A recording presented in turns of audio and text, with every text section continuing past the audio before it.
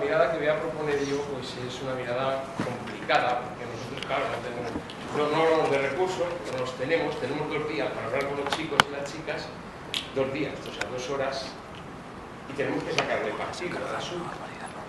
Y tenemos que sacarle partido al asunto, y aquí conecto con la invitación que me hizo Begoña, y mira, hace una reflexión sobre la interculturalidad y la importancia de la lucha contra la discriminación, en el sentido de que es difícil plantearse algo intercultural sin introducir esa perspectiva. Yo la voy a ampliar un poquito más, es decir, no simplemente la lucha contra la discriminación, sino la lucha contra la intolerancia. Vamos a ver los matices que hay con las palabras. Antes, Xavier, me parece que ha estado planteando todo el tema de las palabras, multiculturalidad, multiculturalismo y tal, interculturalidad, etc. Bueno, yo en ese mundo, pues hace ya muchos años, cuando llegó la eclosión terminológica, pues yo decía, bueno, ¿a dónde nos lleva todo esto? Pónganse de acuerdo.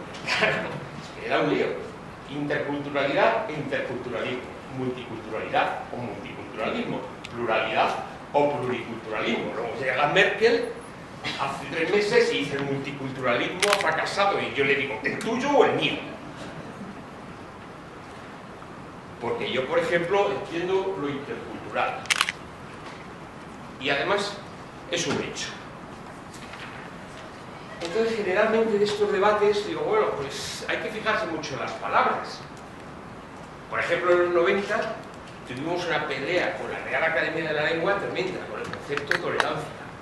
Yo abría el diccionario y dije, tolerancia, sufrimiento, llevar con sacrificio, aceptar.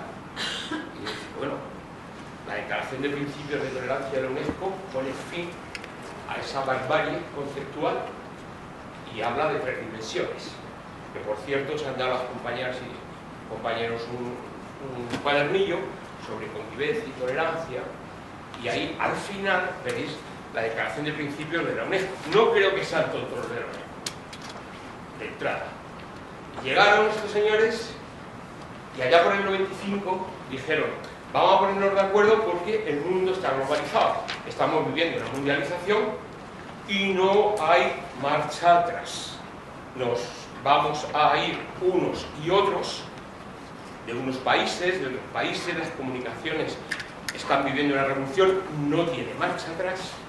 Vamos a tener relación en la diversidad religiosa, en la diversidad cultural, en la diversidad étnica, pero además en la diversidad de todos los sentidos, de orientación sexual, de todos los sentidos. Así que usemos un concepto que permita que no nos matemos los unos a los otros por el hecho religioso, ahí está la historia, por el hecho étnico, ahí está la historia, por el hecho nacional, ahí está la historia. Pongamos algo en pie.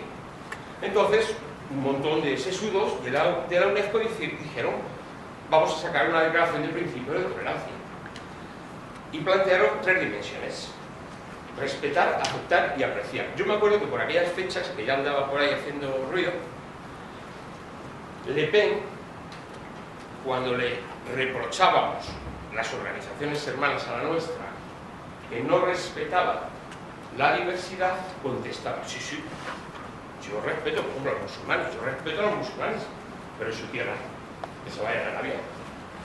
Entonces, claro, la Declaración de Principios de Tolerancia decía, no, hay que respetar, hay que aceptar que se sienten aquí al lado y hay que apreciar algo bueno tendrán o todo es malo. Y creo que hay que respetar, aceptar y apreciar pues, precisamente la diversidad humana. ¿Sobre qué base? Porque rápidamente salía Oriana Farachi, un montón de estos, del choque de las civilizaciones y demás, y decían, no, eso no es posible. Porque, claro, el papel de la mujer en tal cultura, el papel del homosexual, etcétera, etcétera, la ablación del clítoris. ¿Quién está diciendo eso? Stop. ¿Quién está diciendo eso? Continuemos leyendo la Declaración de Principios. Respetar, aceptar, apreciar la diversidad humana, siendo esta la base de la defensa de la dignidad de las personas y la universalidad de los derechos humanos. Paremos.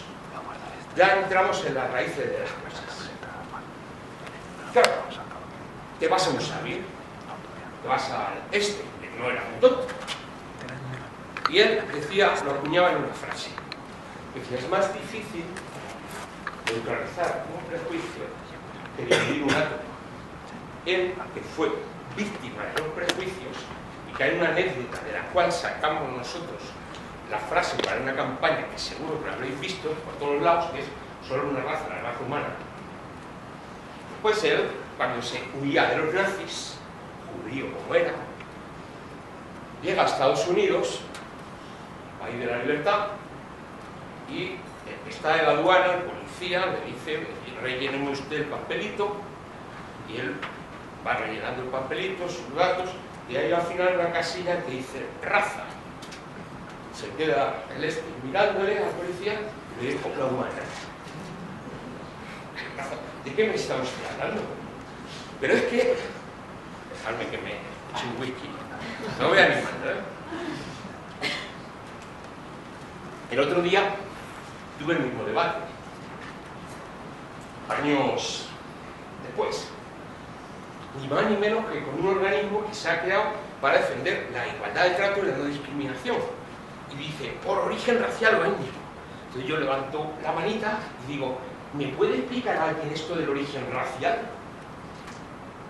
Porque aquí seguimos utilizando la raza y el origen racial como si no pasara nada. Mire usted, si todos los genetistas, si todos los analistas de poblaciones, si los biólogos, si la propia UNESCO en 1948 saca la declaración en contra del concepto de la raza y dice que la raza no existe, lo que decía vamos, ¿a qué seguimos atizando a conceptos que no se pueden enfrentar y nos pueden llevar a la hecatombe? Pero no le precisamos, es que entonces no se fijan. No, sí se fijan. Lo que pasa es que luchar contra la corriente es tan difícil que cambiar incluso el uso del lenguaje es francamente difícil. Y estamos en el lenguaje. Antes he comentado las digresiones sobre el lenguaje. Fijaros, hablamos la misma lengua y podemos no entendernos.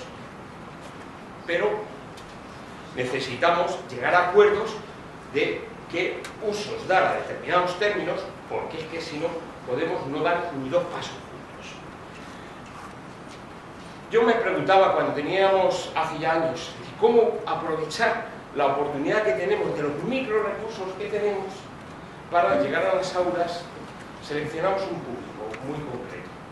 Siempre nos han dicho en los colegios, ¿por qué no lo hacéis con niños y niñas más pequeños y tal? Se pueden hacer cantidad de cosas, pero nosotros fuimos precisamente por la otra dimensión que antes os explicaba, es decir, para prevenir conductas lo más peligrosas posible, nos fuimos a una edad 13, 14 años, donde se preguntan muchas cosas, se utilizan muchos sesgos y se plantean muchos problemas. Entonces seleccionamos fundamentalmente esa franja de edad, 12, 13, 14, 15 años. Y os preguntaréis, bueno, entonces, ¿estos qué vienen a aportar aquí? Pues venimos a aportar una idea de sensibilización preventiva, atacando el prejuicio, precisamente lo que decía que era tan difícil de neutralizar. ¿Y cómo atacar el prejuicio? Ahí os lo dejo. Porque el sabio decía que eso era muy difícil. Y nosotros somos unos voluntaristas tremendos y vamos a atacar el prejuicio. Pero pensad, si yo llego a una aula y me encuentro con chavales de 14 años que me dicen, mira, tío, nos están invadiendo, que no, que esto es de aquí, que los españoles primero, que hay una invasión cultural, que necesitamos un nuevo CIF, que te dicen cosas así, y no te lo dice uno, ni dos, sino te lo dicen en muchos sitios, pues te encuentras con que a lo mejor el prejuicio propagado hace una mella espectacular. Y entonces te encuentras con que ni el mundo de las ONGs ni el mundo del profesorado tiene una batería de intervención para neutralizar el prejuicio, además, de manera rápida. O sea, no podemos hacer una disquisición doctrinaria, no podemos hacer un máster para aplicar a los chicos qué es la interculturalidad y de dónde venimos y a dónde vamos. Tenemos que neutralizar el prejuicio rapidito, con la misma rapidez que se lanza el estigma y que se lanza la hostilidad y que se construye un chivo expiatorio en clase. Y diréis, bueno, tampoco es tan dramático. Yo digo que sí, esa es la otra parte de mi experiencia. Yo he atendido a 1.200 víctimas, en su mayoría jóvenes. 1.200 víctimas son muchas víctimas, y a lo mejor jóvenes y adolescentes. Y nosotros estimamos que se está produciendo incidentes y delitos de odio, ahora os aclaro el concepto, pues al menos 4.000 al año, que nosotros detectemos. El gobierno no tiene nada detectado, ni tiene siquiera mecanismo, que es lo más grave. Por lo tanto, no se detecta, no existe, no hay problema. Los alemanes reconocen, pese a ellos, que hay 24.000 incidentes y delitos de odio en Alemania. Los británicos, que son un poquito más rigurosos, hablan de 64.000. Los suecos, que son un país con 5 millones de personas, hablan de 5.000 y pico. Nosotros, los representantes policiales, cuando han ido a reuniones internacionales, pues decían que habían detectado 6, 4. Yo cuando estaba con ellos me miraban a mí, yo no sé nada, es el Ministerio del Interior, que apechugue. Nosotros lo que sí tenemos es una estimación, que es la cifra que os he dado, y lo que sí tenemos es la experiencia de haber trabajado con víctimas, jóvenes, adolescentes y también mayores. Una persona a la que tengo mucho respeto fue el eurodiputado Bill Ford, que hizo el informe Ford de los años 80 sobre el racismo, la xenofobia y la intolerancia en Europa. Entonces, en un repaso extraordinario, habló de 70 y tantas medidas para frenar el avance del racismo y la xenofobia. No quiero ni entrar en ese terreno, para no ponernos nerviosos. Solo puedo decir que venimos de Atenas, y Atenas se ha convertido en un estado policial. Hay agresiones a los inmigrantes, los mismos policías hacen identificación por perfil racial en las calles, y a amanecer dorado, el partido nazi tiene tomadas las calles de Atenas. Como hace unos meses estuvimos en Hungría, y en Hungría podemos constatar como un partido como el Hobbit, que el nombre, si lo traducimos, si lo castellanizamos, dice Movimiento por una Hungría mejor, y no va a estar una Hungría mejor, ni por una España mejor, todo mejor. Pues resulta que tiene 44 diputados y que pide hacer listas de judíos, y que su brazo armado se dedica a hacer cacerías de gitanos y cacerías de migrantes. Y tiene 44 diputados. Y los analistas con los que hemos estado nos dicen que las elecciones europeas pueden ser terribles. Terribles. Hay gente que solo habla de racismo y xenofobia. Yo digo, mal hecho. Mal hecho. ¿Por qué? Porque no solo racismo y xenofobia. Hay antisemitismo, islamofobia, hay homofobia, hay misoginia. Domináis los conceptos, ni me detengo. Y si no tenéis, los tenéis ahí en cada mí. Hay otros, por ejemplo, que os voy a bajar a tierra, porque hay que hablarlos, porque lo que nos permite el lenguaje es la mediación para interpretar la realidad. Entonces, si las palabras no tienen, si no tenemos palabras para interpretar cosas, pues no las podemos ni señalar. Cuando yo hace muchos años dije en una reunión de fiscales, ¿y ustedes por qué no acometen el problema de la aporofobia? Me dijeron, ¿aporo qué? Yo no soy un palabra de glosa, fobia, odio, aversión, rechazo a los pobres. Pero eso ha existido siempre, como la intolerancia ha existido siempre en la historia de la humanidad. Es la historia, nuestra historia. Entre los que tienen poder y no poder, la riqueza y no riqueza, entre los que están excluidos y los que están excluidos.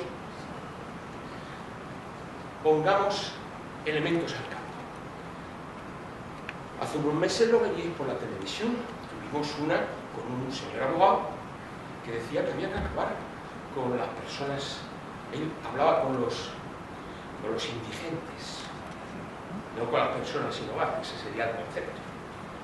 Ese abogado de 21 años fue por un juicio donde estábamos, que había 4 parejas rapadas, jovencitos, que casi matan a un chico que era una persona sin hogar. Escoria para él. Le dejaron paralítico. Estuvo un mes en coma. Por eso los prejuicios y las conductas derivadas de esos prejuicios generan daños y pueden generar daños irreparables. Por lo cual yo les digo a los educadores y a las educadoras que no me hagáis un análisis puramente teórico, bajar al territorio del dolor. Claro, cuando queman a Rosario Ingrinal, están considerando que Rosario Ingrinal no vale, la desprecian. Es una vida sin valor. Atención al concepto, una vida sin valor. Es un concepto nazi, eugenésico. Tenemos que mejorar la raza. Hay vidas que no tienen valor. Hay incluso subhumanos. Eso lo decía el Instituto de Higiene Racial de Hitler. Hay incluso gente que no llega a ser ni siquiera subhumanos, son cosas. Claro, ese camino de no reconocer el valor de las personas nos lleva a un punto de llegada, que se llama Auschwitz. Nos lleva a Auschwitz. No, pero se volvieron locos. No, se volvieron locos. Vamos a ver. Era un pueblo culto. Escuchaban a Wagner, que también tenía lo suyo, pero bueno, escuchaban a Wagner. Leían a Nietzsche. Tenían a Karl Smith como jurista. En fin, sabían.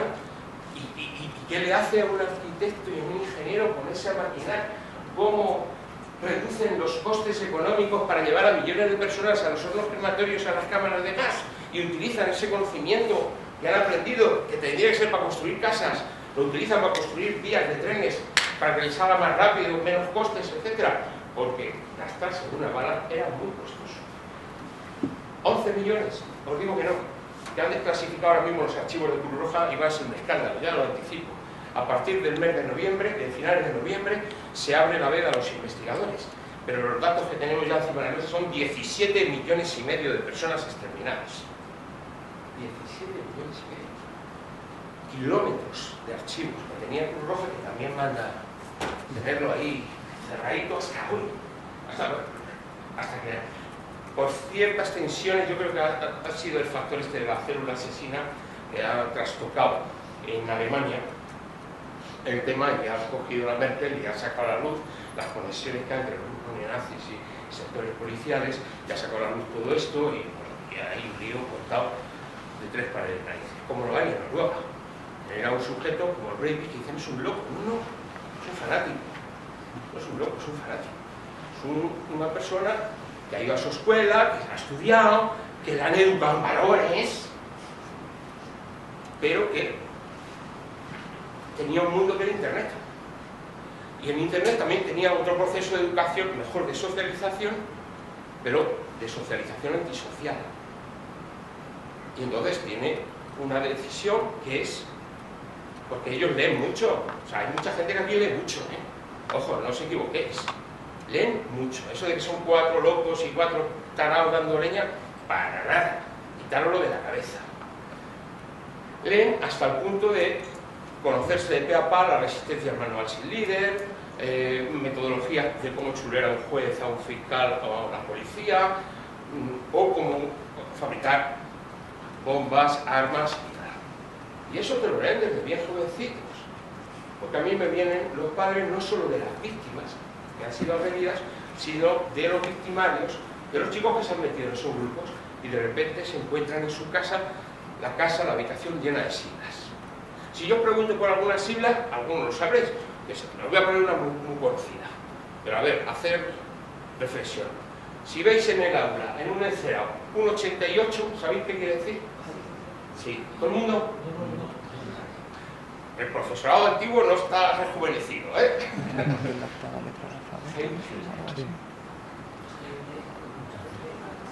H. Y si yo os digo 18, Adolf Hitler, va por un camino. Y si os digo 14 meses, va las 14 palabras de un nacionalsocialista. Hay que defender la raza blanca y a los niños blancos y conseguirles un futuro mejor. Lo hizo David Lang, un asesino de judíos que mató a un periodista, a un locutor que era judío, que era antirracista, y dentro de la cárcel diseñó 14 palabras que, dichas en inglés, francés, castellano, etcétera, venían a decir lo mismo. Son sus mantras. Y si vemos el fútbol los lunes, y vemos lo que pasa detrás de las porterías, y vemos, por ejemplo, uno muy conocido, Ultrasur, pero vemos las S así. Pues son las sigrunas, las runas nazis. Y están saliendo todos los domingos. Y están por la tele todos los días. Y los de Hungría ven que en Madrid, en el Bernabéu, sus coleguitas hacen lo mismo. Y se comunican, pero se comunican en tiempo real, y se comunican en internet, y se comunican en Twitter. Y están en clase, y ahora pues dicen, bueno, no, ya no más móviles. Pero es igual, se comunican en el pasillo. Y cuando llegan y amenazan, a un adolescente le dicen, te vas a enterar. Voy a llamar a mis colegas, mis camaradas, dicen, y vienen, te esperan. Mientras tanto, el profesorado no se ha enterado de nada, los padres menos, y la policía dice que es cosa de chiquillos. Nos falta reflexionar la práctica, porque nosotros vamos, damos 4 cosas, dicen los chavales, esto se entiende. No tienen la solución, pero entienden. Y a la salida de clase se acerca uno y dice, a mí me están amenazando, no sé qué, no sé cuándo, ¿qué puedo hacer? Y podemos hacer muy poco. Lo primero, que se les tome en consideración. Lo segundo, que no se deje a la víctima sola. Y lo tercero, cortar radicalmente toda la hostilidad que podamos ver. Porque si no se hace eso,